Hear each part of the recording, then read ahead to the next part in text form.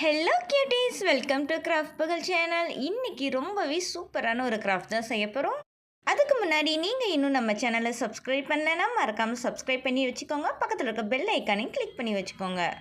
இன்றைக்கி நம்ம சூப்பரான ஒரு கார்டு தான் நம்ம மேக் பண்ண போகிறோம். அதுக்கு பிளாக் கலர் பேப்பர் எடுத்துக்கோங்க. அதில் நான் நோட் பண்ணிருக்க அளவுலையே கரெக்டாக கட் பண்ணி எடுத்துக்கோங்க.